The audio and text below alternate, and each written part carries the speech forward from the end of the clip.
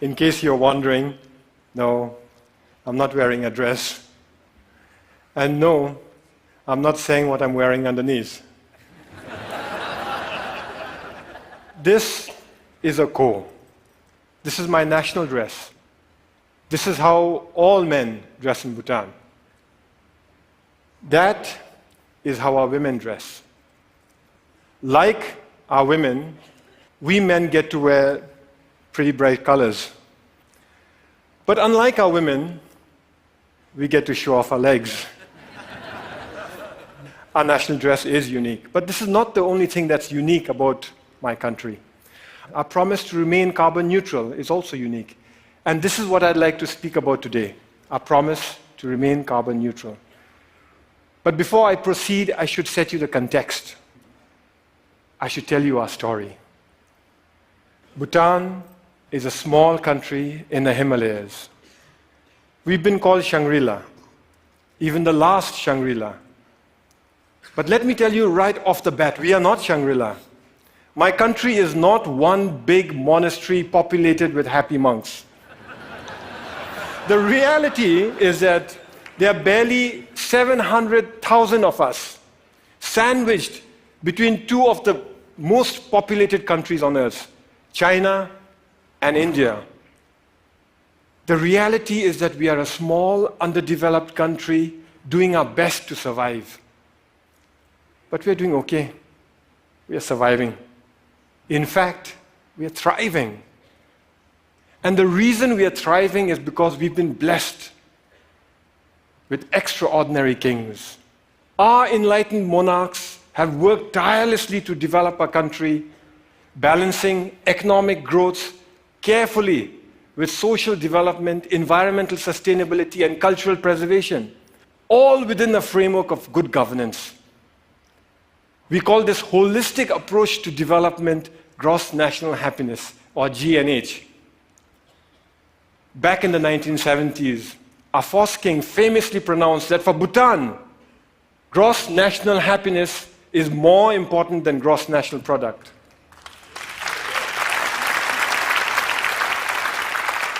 Ever since, all development in Bhutan is driven by GNH, a pioneering vision that aims to improve the happiness and well-being of our people. But that's easier said than done, especially when you're one of the smallest economies in the world. Our entire GDP is less than $2 billion. I know that some of you here are worth more individually than the entire economy of my country. So our economy is small. But here's where it gets interesting. Education is completely free.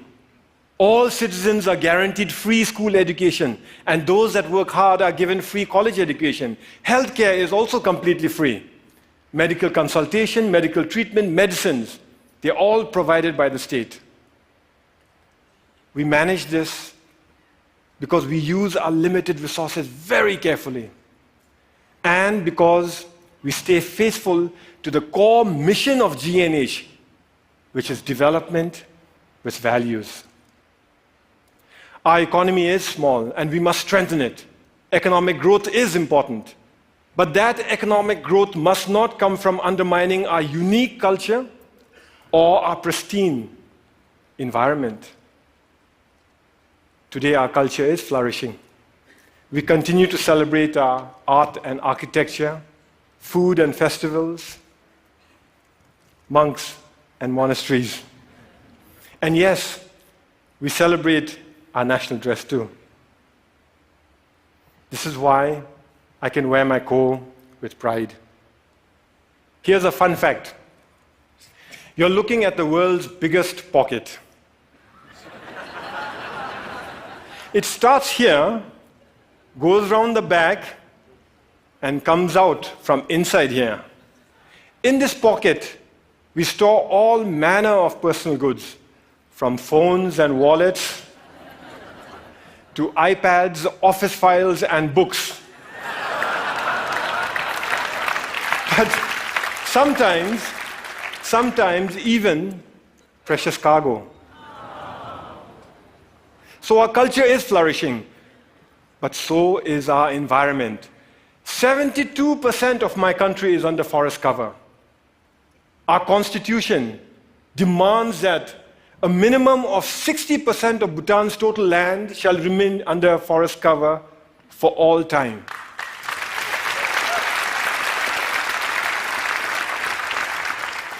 Our constitution, this constitution, imposes forest cover on us.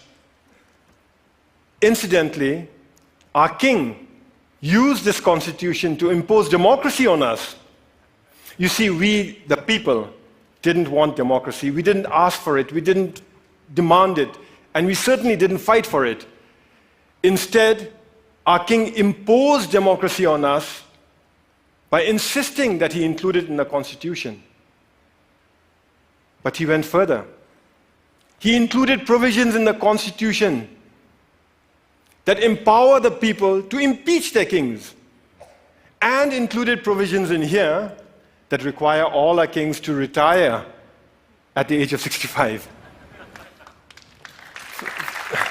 Fact is, we already have a king in retirement. Our previous king, the Great Fourth, retired 10 years ago at the peak of his popularity.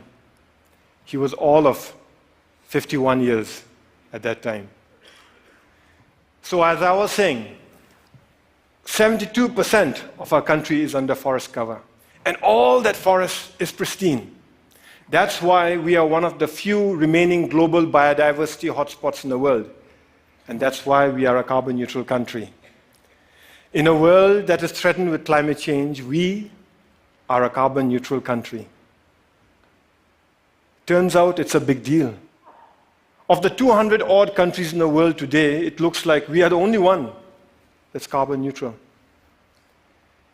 Actually, that's not quite accurate. Bhutan is not carbon neutral. Bhutan is carbon negative. Our entire country generates 2.2 million tons of carbon dioxide. But our forests, they sequester more than 3 times that amount. So we are a net carbon sink for more than 4 million tons of carbon dioxide each year. But that's not all. We export most of the renewable electricity we generate from our fast-flowing rivers. So today, the clean energy that we export offsets about 6 million tons of carbon dioxide in our neighborhood. By 2020, we'll be exporting enough electricity to offset 17 million tons of carbon dioxide. And if we were to harness even half our hydropower potential, and that's exactly what we're working at, the clean, green energy that we export would offset something like 50 million tons of carbon dioxide a year. That is more CO2 than what the entire city of New York generates in 1 year. So inside our country, we are a net carbon sink.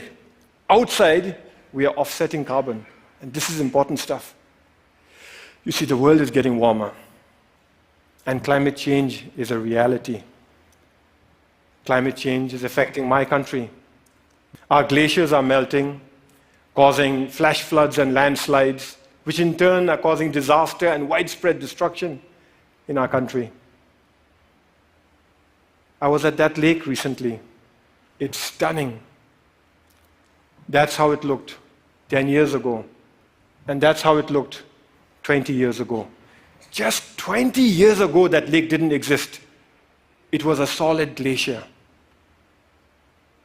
A few years ago, a similar lake breached its dams and wreaked havoc in the valleys below. That destruction was caused by one glacial lake. We have 2,700 of them to contend with. The point is this: my country and my people have done nothing to contribute to global warming. But we are already bearing the brunt of its consequences. And for a small, poor country, one that is landlocked and mountainous, it is very difficult. But we are not going to sit on our hands doing nothing. We will fight climate change. That's why we have promised to remain carbon neutral. We first made this promise in 2009 during COP15 in Copenhagen. But nobody noticed. Governments were so busy arguing with one another and blaming each other for causing climate change that when a small country raised our hands and announced, we promise to remain carbon neutral for all time, nobody heard us. Nobody cared. Last December in Paris, at COP21, we reiterated our promise to remain carbon neutral for all time to come. This time we were heard. We were noticed and everybody cared. What was different in Paris was that governments came around together to accept the realities of climate change and were willing to come together and act together and work together. All countries, from the very small to the very large, committed to reduce their greenhouse gases emissions. The UN Framework Convention for Climate Change says that if these so-called intended commitments are kept, we'd be closer to containing global warming by 2 degrees Celsius. By the way, I've requested the TED organizers here to turn up the heat in here by 2 degrees. So if some of you are feeling warmer than usual, you know who to blame. It's crucial that all of us keep our commitments. As far as Bhutan is concerned, we will keep our promise to remain carbon neutral. Here are some of the ways we are doing it. We are providing free electricity to our rural farmers. The idea is that with free electricity, they will no longer have to use firewood to cook their food. We are investing in sustainable transport and subsidizing the purchase of electric vehicles. Similarly, we are subsidizing the cost of LED lights, and our entire government is trying to go paperless. We are cleaning up our entire country through Clean Bhutan, a national program, and we are planting trees throughout our country through Green Bhutan, another national program. But it is our protected areas that are at the core of our carbon neutral strategy. Our protected areas are our carbon sink. They are our lungs. Today, more than half our country is protected as national parks, nature reserves, and wildlife sanctuaries. But the beauty is that we've connected them all with one another through a network of biological corridors. Now, what this means is that our animals are free to roam throughout our country. Take this tiger, for example. It was spotted at 250 meters above sea level in the hot subtropical jungles. 2 years later, that same tiger was spotted near 4,000 meters in our cold alpine mountains. Isn't that awesome?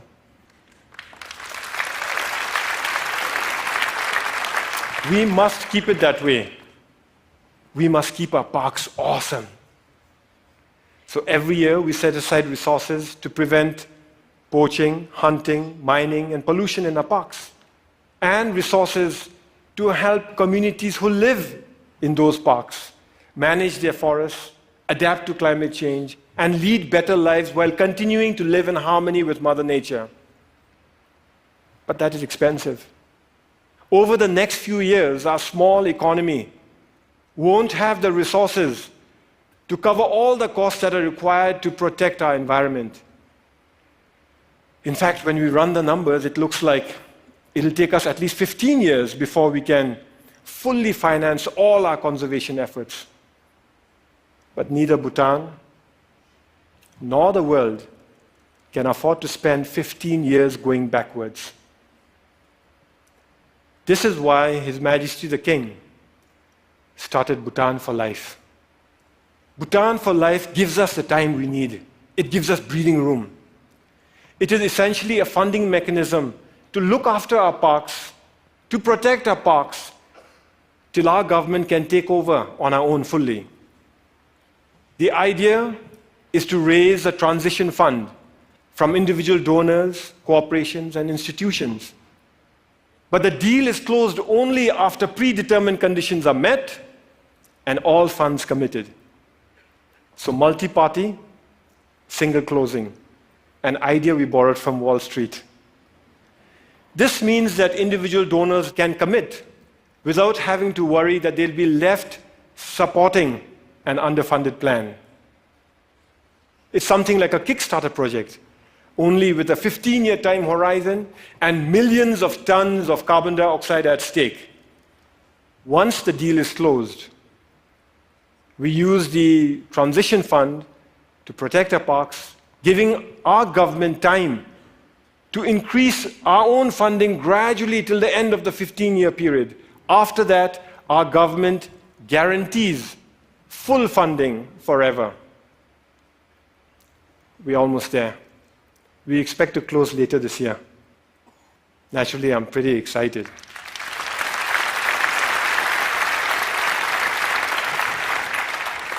The World Wildlife Fund is our principal partner in this journey.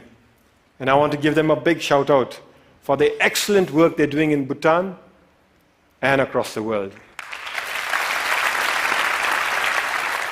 Whew, it is getting warm in here.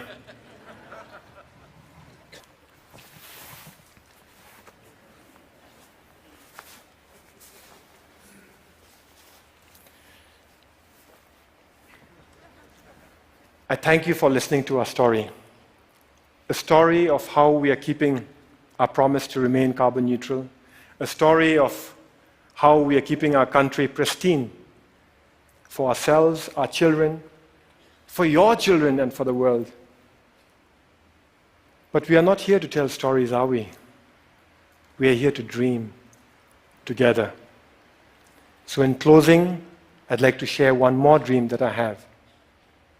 What if we could mobilize our leadership and our resources, our influence and our passion to replicate the Bhutan for Life idea to other countries so that they too can conserve their protected areas for all time?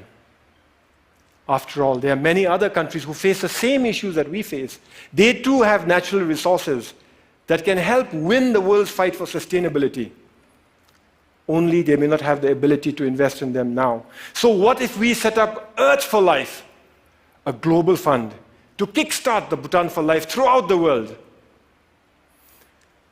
I invite you to help me to carry this dream beyond our borders to all those who care about our planet's future. After all, we're here to dream together, to work together, to fight climate change together, to protect our planet together. Because the reality is, we are in it together. Some of us might dress differently, but we are in it together. Thank you very much. And Thank you. Thank you. Thank you. Thank you.